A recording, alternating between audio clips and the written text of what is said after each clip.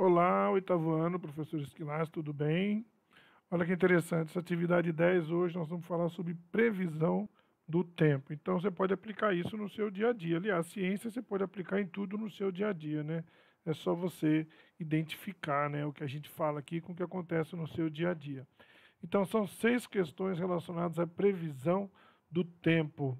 Quem já fez vai corrigir, quem não fez ainda pode fazer junto comigo agora. Vamos lá. Primeiro vamos entender o seguinte, ó. Clima, o que é o tempo e o clima. Ainda que sejam palavras relacionadas à meteorologia, tempo e clima têm significados diferentes. O tempo meteorológico, ele se refere às condições da atmosfera em determinado momento e local. Ele é resultado da interação de alguns elementos do clima, tipo a temperatura atmosférica, a pressão e a precipitação. Agora, as alterações no tempo meteorológico devem-se principalmente às correntes de ar, ou seja, os deslocamentos da massa de ar atmosférico. Então, eu peguei aqui um exemplo, uma projeção para o dia 15, dia 12 de novembro, que talvez seja quando vocês vão assistir. Tem aqui a temperatura, falando que deve chover, tem uma previsão de 90% de chuva, de 30 miligramas, a temperatura vai ficar entre 19 graus a mínima e a máxima de 29. O vento vem lá do oeste, com a velocidade de 10 quilômetros por hora. E a umidade, ela pode ficar a mínima 38 e a máxima 87. E ainda até coloca uma probabilidade aqui, de uma alta probabilidade de ter arco-íris, por causa da chuva, né? E o sol nasce às 5h22 e se põe às 6h28. Tá? Então aqui é um resumo geral do que pode acontecer nesse dia, já que é uma previsão. Sol com algumas nuvens, chove rápido durante o dia e a noite. É isso, né? Agora o clima, ele se refere ao conjunto de dados no estado dos estados do tempo meteorológico, ao longo de extensos períodos de tempo, que caracterizam o meio ambiente atmosférico de determinada região. Para determinar Para definir o clima de determinada região, são utilizados alguns parâmetros, como as temperaturas máximas e mínimas, a precipitação. E é importante destacar que, diferentemente do tempo, que se refere às condições momentâneas desses e de alguns outros parâmetros, o clima leva em conta a regularidade nas medidas feitas ao longo das estações do ano em um período superior a até 30 anos. Tá? Então, chamamos de climatologia a especialização da pesquisa meteorológica e geográfica, dedicada ao estudo do clima em seus vários aspectos. Eu peguei aqui, no caso, o que ocorreu durante um ano. Né? Em azul, representa a chuva em milímetro. Aqui é uma tabela que pode ser interpretada até por outros países que não utilizam a medida de centímetro, metro, né? Int, isso aqui é polegadas, tá? Que é relativo a milímetros. Então, tá vendo? E aqui, ó, o que é 1, 2, 3 até 12? É janeiro, fevereiro, março, abril, maio, junho, julho, agosto. Então a gente percebe aqui que nos meses, né? Que, ó, janeiro e dezembro, lembrando que antes desse janeiro tinha um outro dezembro, né? E depois desse dezembro vai ter um outro janeiro. Então, mas observando durante um ano, o período de chuvas é melhor na época de dezembro e janeiro, né? Que são os mais altos. E aí vai caindo a quantidade de chuva e depois volta a subir, certo? Então aqui tem a temperatura, de um lado quantidade de chuva, do outro a temperatura. Tá? E aqui a altitude, isso aqui é de Ribeirão Preto, que eu peguei. Né? Então, o que não deixa de ser verdade, chove muito nesse período e a gente passou por uma seca braba que às vezes, lembra que não é só do ano, é vários anos. Tá? O que acontece com a temperatura é muito alta, nas regiões aqui, que é verão aqui e aqui, aí ela cai, teoricamente aqui é o inverno, e depois a temperatura volta a subir, tá? E eu peguei também umas imagens interessantes aqui. Isso aqui nós vamos ver várias situações. Aqui é a região de Ribeirão Preto. Ribeirão Preto está aqui, ó. Então, ele está me mostrando esse gráfico aqui. A cor laranja Nesse dia que eu olhei, a temperatura está mais ou menos aqui, ó, 20, né? 15, 20 graus, tá? Por causa dessa cor laranja aqui, né? Até mais, na verdade, né? É mais escuro, então tá aqui uns 30 graus aqui, que é o que tem mais a ver com o Ribeirão. Agora aqui, como é que tá aqui? Tá um cinza, então o que que é isso? É milímetro de chuva, então nesse dia aqui a chuva era muito pequena, tá? Depois aqui a umidade relativa do ar, então verde bem baixinho, tá aqui mais ou menos, um pouquinho mais que 30, que não é bom, né? E aqui nós temos um azul bem escuro, que é a velocidade do vento. Olha, quase não tem vento. Tá? Então, com essas informações, você consegue ter uma ideia de chuva que vem ou não.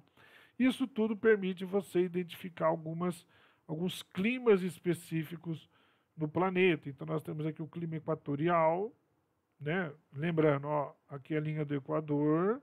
Quanto mais próximo da linha do Equador, teoricamente, mais calor. Quanto mais vai se afastando para os polos, mais frio. E no hemisfério norte nós temos o Trópico de Câncer e no hemisfério sul o Trópico de Capricórnio. Então, ó, repara, os climas equatoriais próximos da região do Equador, tropical é um pouco mais para baixo, porque isso aqui, o trópico, né, o Trópico de Câncer e o Trópico de Capricórnio, teoricamente estaria dentro dessa faixa, tá? Subtropical, aqui, tá vendo? São diferenças de cores bem pequenas. O temperado, tá aqui. Por isso que você vê muito nos Estados Unidos aquele filme é, Esqueceram de Mim, o 2, a família dele, eu não lembro onde a família dele mora, mas ele vai, o menino se perde, vai para Nova York, que é aqui em cima, então vai estar frio, e a família dele de avião vai para o sul, para a Flórida, que é quente. Então, dentro de um mesmo país, você pode ter neve aqui em cima e aqui embaixo calor, tá? Em função do posicionamento, tudo mais próximo aqui dos polos ou mais próximo da linha do Equador. Então, temperado, Mediterrâneo, que é aqui perto da região do mar Mediterrâneo, deserto que está em amarelo aqui, são os desertos, regiões muito secas, né? Árido, semiárido. No Brasil a gente não tem o deserto, mas nós temos o semiárido, né? Também muito quente, o frio, né? Cadê o frio aqui? Aqui. Agora, esse aqui é frio de montanha, porque é onde estão as montanhas mais altas do planeta. Aqui, ó, a Cordilheira dos Andes, as montanhas rochosas do Canadá, montanhas aqui, se não me engano, aqui onde fica o Kilimanjaro. Aqui é o Himalaia, que são as montanhas mais altas do planeta. Aqui também tem essas montanhas aqui na Europa, né, e por aí vai. E polar, que é onde estão os polos, que são as regiões mais frias, tá? E aí eu passei essa atividade para vocês, para me dizer qual era a precipitação em milímetros e qual era a temperatura em graus centígrados em outubro. Ah, professor, não consegui ver isso não. Como é que tinha que ter feito? Usar uma régua só. Olha, o que, que eu fiz? Passei uma régua aqui, no comecinho aqui de outubro. Ó, aproximadamente 180 milímetros de chuva para o mês, desculpa, de outubro. Aí temperatura, mesma coisa, tá? Temperatura está aqui, outubro está aqui, vai até lá e mede. Então, uma temperatura média de 27 graus Celsius em outubro, tá? Era isso, era só ter usado régua. Bom? E quais são os fatores que determinam o clima? A variação da temperatura, da pressão e da precipitação referente a cada tipo de clima que a gente viu lá, deve-se a fatores que podem ser de ordem astronômica ou de ordem meteorológica. Os movimentos da Terra e a inclinação do eixo de rotação em relação ao plano de órbita estão entre os fatores astronômicos relacionados à determinação do clima.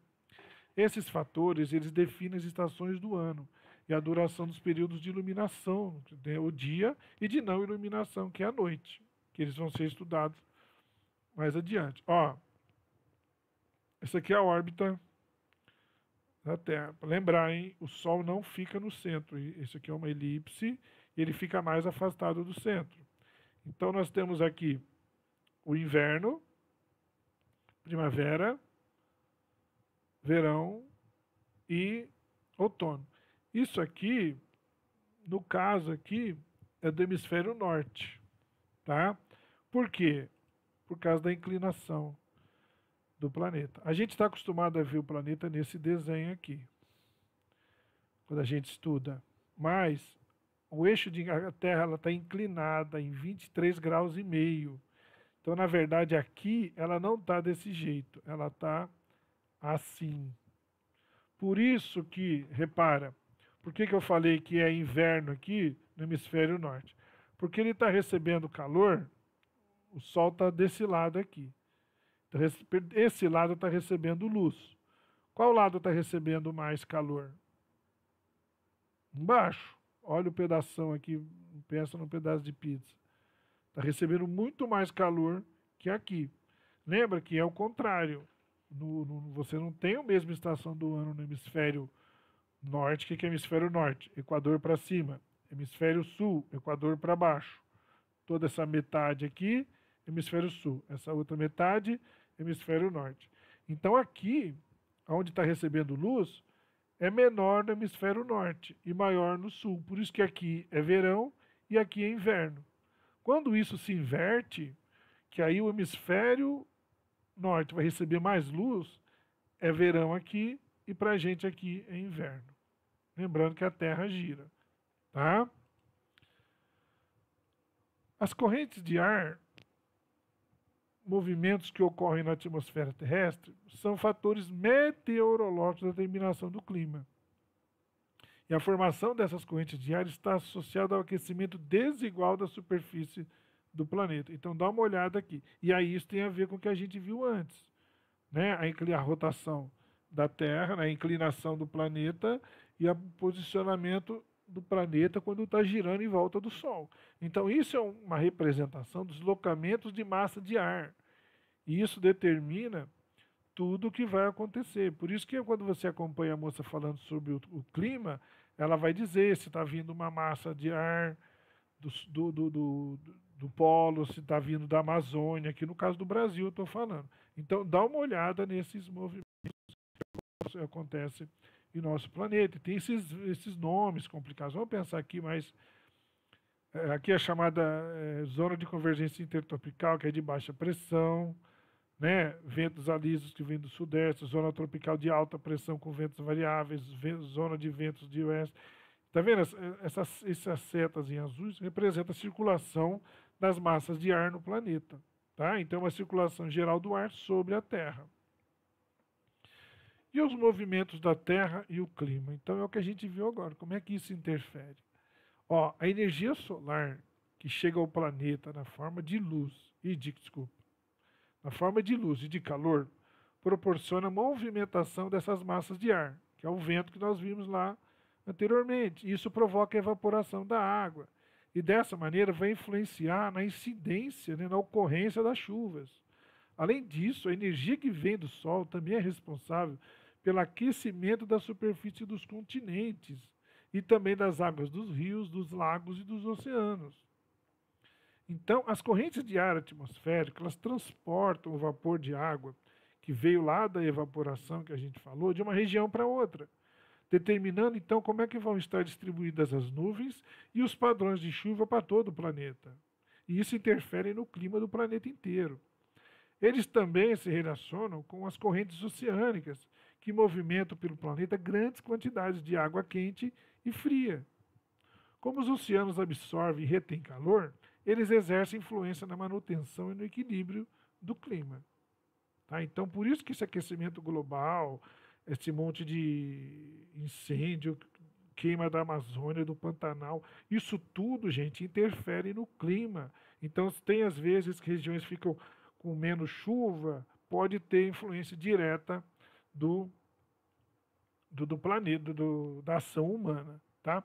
Só para saber, quando ele fala de massa de ar, o que é massa de ar? É uma grande porção da atmosfera que apresenta características uniformes de temperatura, pressão e umidade. E essas massas de ar que se movimentam, né, na forma de ventos, aí vai interferir no clima do planeta. Então tá aí, eu pus o Sol, que é a fonte de energia principal, né, de luz e de calor, ocasiona, olha aqui, essa aqui são correntes oceânicas, né? Lembrando que os desertos, tá? Uma corrente quente, geralmente o que está em azul é corrente fria, o que está em vermelho é corrente quente, tá? Então é isso. Olha essas correntes oceânicas que nós temos aqui, né? Então tem a corrente do Brasil, corrente sul equatorial, corrente do Atlântico e por aí vai, tá? Então foi o que nós vimos lá, ó. O nosso planeta, ele tem, como eu falei, ele é inclinado e isso interfere completamente. Ó, lembra que eu falei que o Sol ele não fica no meio?